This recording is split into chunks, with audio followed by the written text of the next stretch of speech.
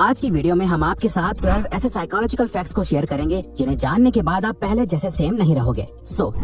Number 1, music changes perception. हम सभी ये जानते हैं कि म्यूजिक हमारे मूड को चेंज करने का पावर रखता है। एक हाईली एनर्जेटिक सॉन्ग सुनकर आप मोटिवेटेड फील करोगे और वहीं एक सैड सॉन्ग आपको सैड और डिप्रेस्ड फील करा सकता है। आप किस टाइप का म्यूजिक सुनना पसंद करते हो ये एक्चुअली में अफेक्ट करता है कि आप इस दुनिया को किस नजर से देखते हो। 2011 की एक स्टडी में लोगों को एक टास्क दिया गया जहाँ उन्हें डिफरेंट म्यूजिक सुनते हुए एक पेपर पर हैप्पी और सैड फेसेस को टिक करना था। रिजल्ट ये देखा गया कि सैड म्यूजिक सुनते हुए ज्यादातर लोग सैड फेसेस को टिक कर रहे थे, वहीं हैप्पी म्यूजिक सुनते टाइम लोग हैप्पी फेसेस को चूज कर रहे थे, जिसे परसेप्चुअल एक्सपेक्टेशन का नाम दिया गया। जहां आप अपने कानों से कुछ सुनते हो तो आपका ब्रेन आपकी आंखों से सिमिलर चीजें देखने लगता है। इसीलिए एनर्जेटिक म्यूजिक वर्कआउट करते टाइम बहुत हेल्प करता है और सॉफ्ट म्यूजिक आपको फोकस करने में हेल्प करता है। Dunning Kruger effect. 1999 में 2 सोशल साइकोलॉजिस्ट ने ये डिस्कवर करा कि इंटेलिजेंट लोग हमेशा अपने आप को एक बिलो एवरेज पर्सन की तरह ट्रीट करते हैं। वो कभी भी खुद को बाकियों से ज्यादा स्मार्ट नहीं मानते। वहीं दूसरी तरफ एवरेज आईक्यू वाले लोग इसका बिल्कुल ऑपोजिट करते हैं। उन्हें हमेशा ये लगता है कि वो बाकियों से ज्यादा बेटर है। इसीलिए अगर आप ऐसे लोगों से मिलो जो हर बात में खुद को सुपीरियर शो करते हैं, जो ये दिखाते हैं कि वो कितने ज्यादा स्मार्ट हैं, तो समझ जाओ कि ये बस एक डनिंग-क्रूगर इफेक्ट का असर है।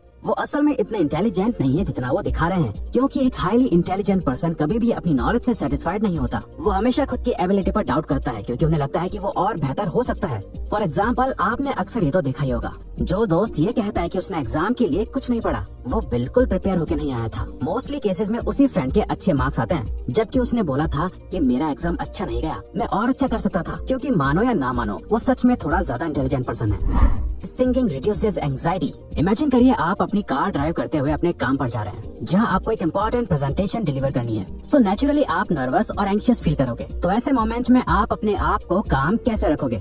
वेल, साइकोलॉजी कहती है कि अगर आप ऐसे टाइम पर अपना फेवरेट सॉन्ग प्ले करके खुद भी सिंगिंग करने लग जाओ। अब आपको ये सुनने में अजीब लग रहा होगा, पर सिंगिंग करने से आपके ब्रेन में एंडोर्फिन्स और ऑक्सीटोसिन रिलीज होने लगता है, जो अल्टीमेटली आपके स्ट्रेस लेवल को बहुत तेजी से कम कर देता है और आपके मूड को बेटर कर देता है। इसके अलावा ये आपके हार्ट रेट और कॉर्टिसोल लेवल को लो कर देता है, जिससे आप काम और कॉन्फिडेंट फील करने लगते हो। Power of silence. अगर आप चाहते हैं कि कॉन्वर्सेशंस आगे बढ़ती रहें पर आपको समझ नहीं आ रहा कि क्या बात करें, तो इसका सबसे सिंपल तरीका है अपने पार्टनर से कोई भी एक क्वेश्चन पूछ लो और जब वो आंसर दे दे उसके बाद भी आई कांटेक्ट मेंटेन रखो और आपका पार्टनर साइलेंस को अवॉइड करने के लिए कुछ न कुछ बात करने लगेगा। स्टडीज में देखा गया है, जब कोई पर्सन आपके सामने ओपन होने में स्ट्रगल करता है या अपनी फीलिंग्स को हाइड करता है, इस टाइम पर इन्फॉर्मेशन निकलवाने के लिए बस एक क्वेश्चन पूछो और कुछ देर साइलेंट हो जाओ, क्योंकि किसी भी कॉन्वर्सेशन के बीच साइलेंस अच्छा नहीं लगता, जिसे अवॉइड करने के लिए वो इन्फॉर्मेशन शेयर करने लगता है या आपसे क्रॉस क्वेश्चन पूछने लगता है, जो अल्टीमेटली कॉन्वर्सेशन को मेंटेन रखता है। Playing dumb. अगर आप किसी के सामने अपना गुड इंप्रेशन बनाना चाहते हो तो किसी ऐसे टॉपिक के बारे में बात करो जो उन्हें बहुत पसंद है और उसके बारे में उनसे सीखो। फॉर एग्जाम्पल, आप किसी से मिले जिसे कार्स में बहुत इंटरेस्ट है। अब हो सकता है कि आपको भी कार्स के बारे में बहुत नॉलेज हो, पर उनके सामने ऐसे प्रिटेंड करो जैसे आपको उनसे कम नॉलेज है और उनसे क्वेश्चंस पूछो जो सामने वाले पर्सन को कॉन्फिडेंट और स्मार्ट फील कराएगा और वो आपसे बात करने में और इंटरेस्ट शो करेंगे, क्योंकि वो जिस बारे में बात करना चाहते हैं आप उसमें अपना इंटरेस्ट शो करते हो, जो आपको एक लाइकेबल पर्सन बनाता है। और वैसे भी दलाई लामा का कहना है कि जब आप बात करते हैं तो आप केवल वही दोहरा रहे होते हैं जो आप पहले से जानते हैं, लेकिन अगर आप सुनते हैं तो आप कुछ नया सीख सकते हैं। The snake man. अगर आप किसी ग्रुप में हैं या किसी एक पर्सन के साथ भी हैं जहां आप डिनर या लंच पर मिलने आए हो और आपको लगता है कि कोई कन्फ्लिक्ट क्रिएट होने वाला है, आपकी कॉन्वर्सेशन जैसे जा रही है आप लोगों की लड़ाई हो सकती है, तो इस सिचुएशन को अवॉइड करने के लिए अपने सामने रखा खाना खाने लग जाओ, क्योंकि अकॉर्डिंग टू साइकोलॉजिस्ट्स ईटिंग एक कामिंग एक्टिविटी है। जब लोग कुछ खा रहे होते हैं तो बाकी लोग उस एनवायरनमेंट में कंफर्टेबल फील करते हैं। तो जब भी आपको लगे कि कोई बहुत ही अग्रेसिव हो रहा है या आप लोगों की बहस होने वाली है, तो उस पर्सन के पास जाके बैठ जाओ और उन्हें कुछ खाने को ऑफर करो। ऐसे टाइम पर एक सिंपल चॉकलेट भी आपकी रिलेशनशिप को बहुत हेल्प कर सकती है।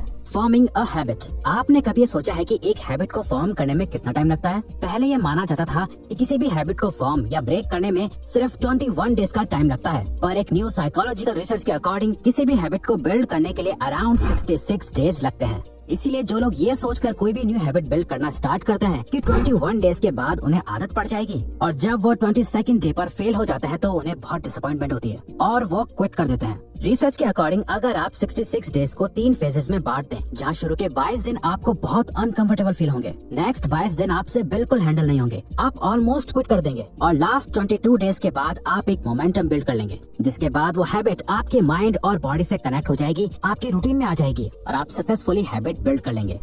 Call people bye their name. Psychologist कहते हैं कि हर पर्सन को अपना नाम सुनना सबसे फेवरेट साउंड लगता है, क्योंकि हम सभी के लिए अपना नाम बहुत इंपॉर्टेंट होता है। तो जब कोई आपके नाम को याद रखता है तो आप भी अपनी इम्पोर्टेंस फील करते हो। सिमिलरली आपने ये नोटिस करा होगा कि जब कोई आपका नाम भूल जाता है तो आप इंसल्टेड भी फील करते हो। इसीलिए किसी के सामने अपनी लाइकेबल प्रेजेंस बनाने के लिए इम्पोर्टेंट है कि कॉन्वर्सेशन में आप सामने वाले के नाम को यूज करते रहो, जो उन्हें इम्पोर्टेंस फील कराता रहेगा और वो आपके साथ और कंफर्टेबल फील करने लगेंगे।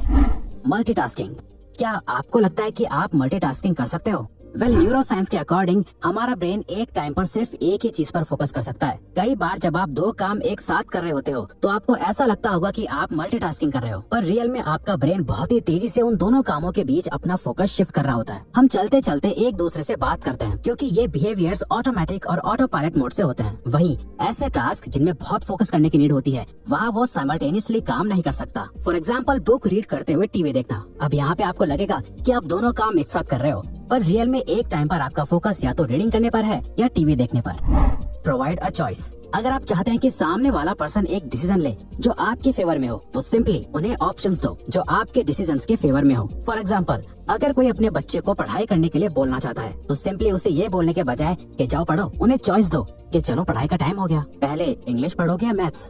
तो जब वो कोई भी चॉइस लेंगे तो उन्हें लगेगा कि वो खुद ये डिसीजन ले रहे हैं, वो अपने कंट्रोल में है। अब ये ट्रिक आप किसी के भी साथ यूज कर सकते हो। जैसे आपने नोटिस करा होगा कि हर रेस्टोरेंट में वेटर्स इसी ट्रिक का यूज करते हैं। वो आपको वो सारे ऑप्शंस देते हैं जो वो चाहते हैं कि आप ऑर्डर करो और आप इनडायरेक्टली वही करते हो, पर आपको ऐसा लगता है कि वो डिसीजन आपने लिया, लेकिन रियलिटी में वो डिसीजन आपके वेटर ने पहले ही ले लिया था। यानी कि वो ट्राई करते हैं कि आप कुछ चुनिंदा चीजों में से ही कुछ एक चीज ऑर्डर कर दें जिसे रेडी करने में रेस्टोरेंट को ज्यादा टाइम ना लगे।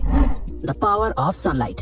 दोस्तों, आपने भी नोटिस करा होगा कि पूरा दिन अपने घर या ऑफिस में बिताने के बाद जब आप बाहर निकलते हैं तो इंस्टेंटली आपका मूड बेटर हो जाता है, क्योंकि सनलाइट के बेनिफिट सिर्फ मेडिकल फील्ड्स में नहीं है जो सिर्फ आपकी बोन्स के लिए बेटर है, बल्कि कई रिसर्च में देखा गया है कि सनलाइट कई मूड डिसऑर्डर्स जैसे डिप्रेशन को भी प्रिवेंट करता है। सनलाइट से मिलने वाला विटामिन डी मूड स्टेबलाइजर की तरह एक्ट करता है और हमारे ब्रेन में प्लेजरेबल हार्मोन्स को रिलीज करता है। और ये देखा गया है कि जिन कंट्रीज में सनलाइट की रीच कम होती है वहाँ के लोगों में डिप्रेशन के ज्यादा सिम्टम्स देखे जाते हैं। तो आपको बस दिन में 10 मिनट डायरेक्ट सनलाइट लेनी है जो लिटरली आपकी लाइफ को चेंज कर देगा, और ये मॉर्निंग सनलाइट होगी तो और भी अच्छा।